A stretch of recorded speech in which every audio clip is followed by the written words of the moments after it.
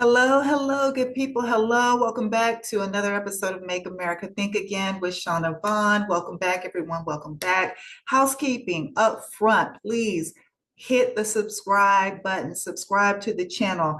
I typically drop episodes on Sunday, but I'm going to try my best to increase that. So I want to make sure that you are alerted to anything that drops throughout the week because I'm trying my best to I got a little wiggle room here for a couple of weeks. So I'm going to try my best to put more information out there and then also to go live because I want to communicate with everybody. All right, so you have that. Make sure that you're hitting the like button, you're subscribed, sharing the information, share the channel with folks, bring folks over to the channel. Also down below, you can see the correct spelling of my name. You have my IG information, and then you also have my Cash App there. Today, I have on my revenge shirt because listen, first of all, where is it?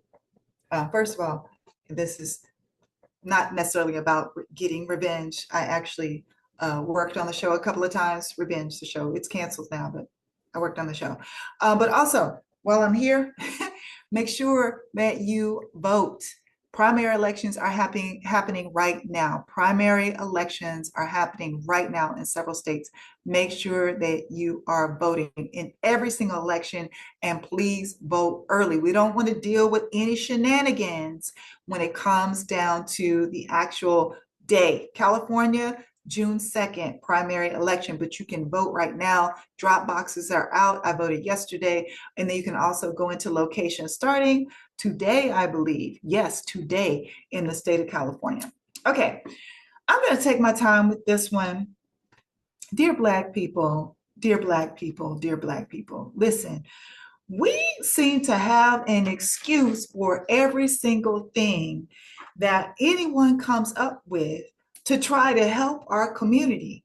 And I just really don't understand. I mean, I do understand it. I'm going to do a whole thing on that. I've started out on it and I chipped away, chip, but I'm going to do a thorough examination of what that is because y'all need to understand what that's all about. But right now, I'm just excuse after excuse after excuse. No matter what anyone brings up, what we can do, there's a freaking excuse.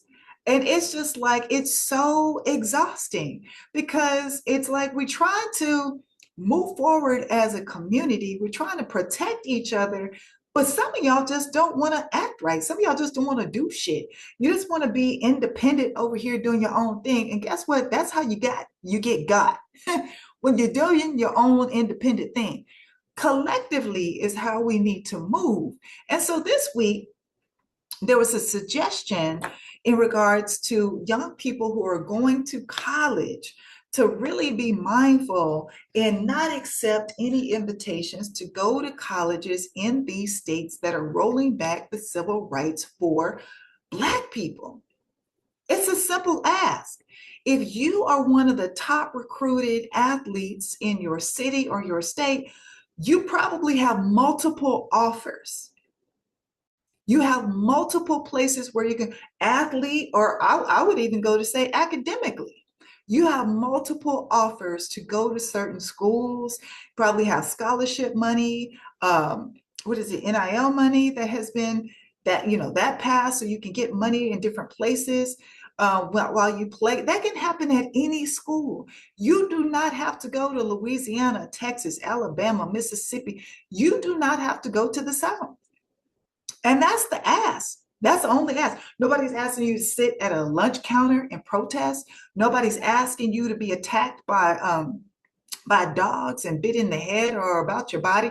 Nobody's asking you to go march across a bridge and get beat in the head like John Lewis did.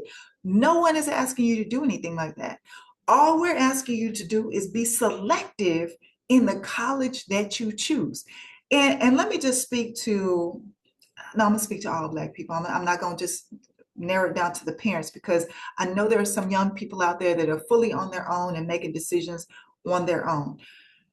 Don't you want to go to a place or be in a city, in a state where you feel like you will be somewhat protected? I mean, I would. If I had to choose all over today, I wanted to go to school in Louisiana. My dad was like, I'm not paying for out of state tuition. So I stayed in Texas. I wouldn't go to college in either one of those states if I had my choice today.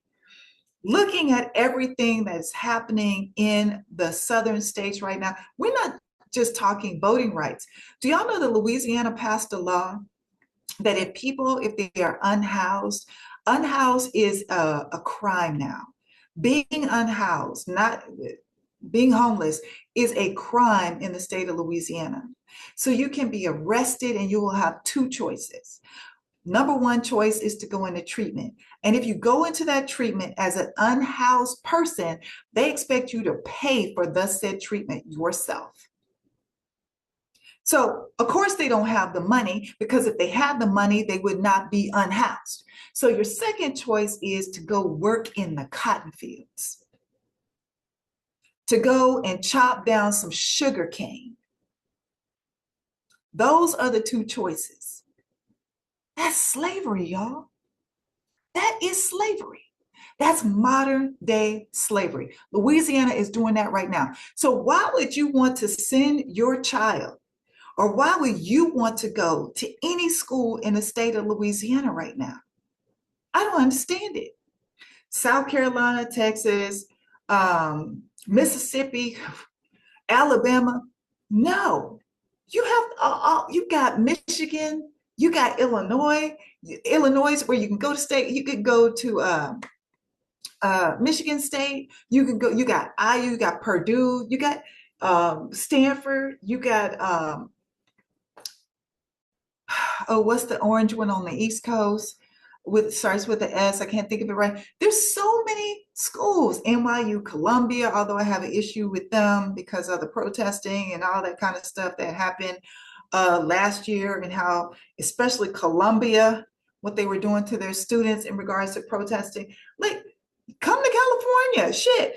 There's so many other places that you could go, but at the end of the day, I want you to think about, just if you want to think individually, if you don't want to work collectively, if you just want to think individually, think about where your child, or where you will be most protected. None of us are really totally protected, but most protected.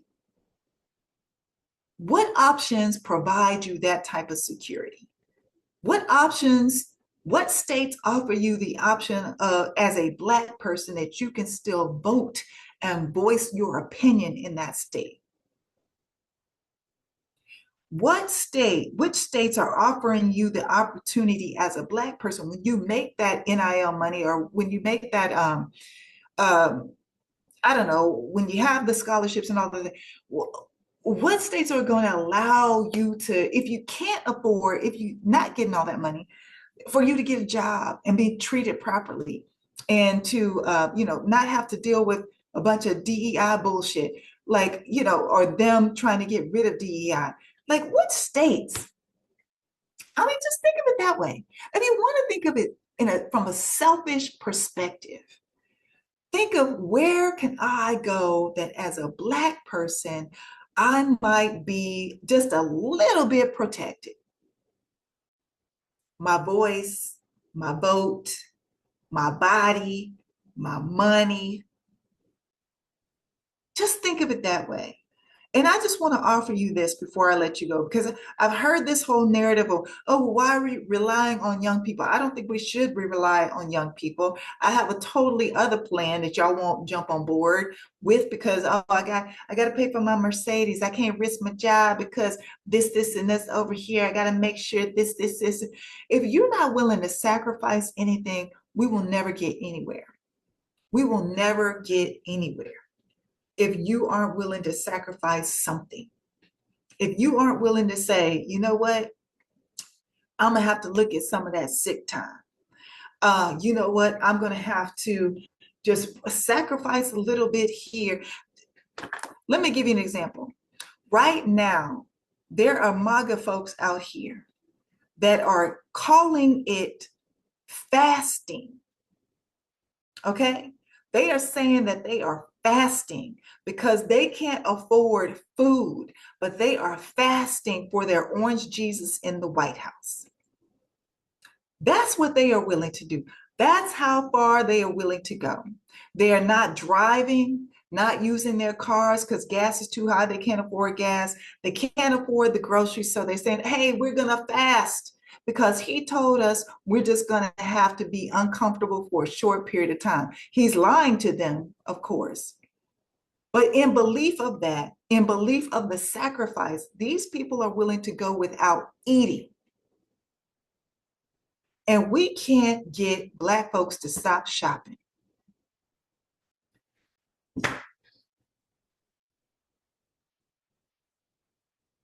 So when we ask you to just make a different decision about a school, is that too much to ask? I just don't understand why there's too much to ask. I really don't. I really don't understand that.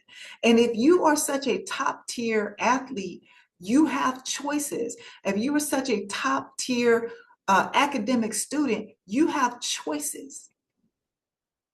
Pick somewhere other than the South. And you know what? Here's another thing to keep in mind. That doesn't force you to go to an HBCU. I know some HBCUs are severely underfunded. And so I know that experience is fucked up. I do know that. I'm very aware of that. There are a lot of other schools that you can still go to as long as you're not going to the South. But here's the last thing I want to say to you is you're picking a different school. You have a plethora of options. You're not limited to HBCUs, but also, it shouldn't be limited to young people, but let me offer you this. John Lewis, when he got beat in the head on the Edmund Pettus Bridge, he was only 25 years of age. Diane Nash, when she was leading SNCC, she was 22 years of age, walking and leading alongside Martin Luther King. The majority of those students who did organized the sit-in at the lunch counter were North Carolina A&T students, college students. Most of the people who led the movement in the 60s were young. Yes, we should not rely on just young folks, but they should be participating.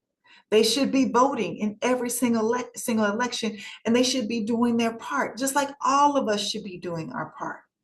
So mom and dad, if you can get in their ear and say, hey, you know what? Let's take out these couple of schools and let's pick one from these schools. These are up north, and these are where I feel like you will be most safe, where you will be most protected, where the coaches will be most fair. This is where I would like for you to go. You have that influence. And if you don't, if you're a young person and you're trying to make this decision on your own, think about where you're going to be most protected. Think about where they are rolling back laws that protect you right now. And stay out of those states. Do what's best for you in this moment. If you can't think outside of yourself right now, and you can't see the bigger picture for African American people, think individually. Think about your safety. Think about your money. Think about your protection. Think about who's going to be coaching you, who's going to be teaching you, what they're going to be teaching you, what they're going to omit because they don't want you to know. Think about all those things when you're making your decisions. And Black people, we got to get rid of the excuses, because at the end of the day, if you aren't willing to go as hard as a MAGA person, what are we doing? I'm not saying be a cult. I'm not saying that. I'm not telling anybody to starve themselves. I'm not saying that either. But if every time something is brought up and you come up with an excuse as to why you can't do it, we as a community will never get anywhere. I keep saying this over and over: one band, one sound. One band, one sound. That's how we have to move. When I move, you move. We have to you move succinctly. We have to move in unison, and we have to move collectively and strategically as well. I'm going to talk about some other things that we can do, all of us can do in a different episode, but I wanted to address this issue with colleges and universities and athletes right now. All right, that's it for this episode. I'll talk to y'all soon.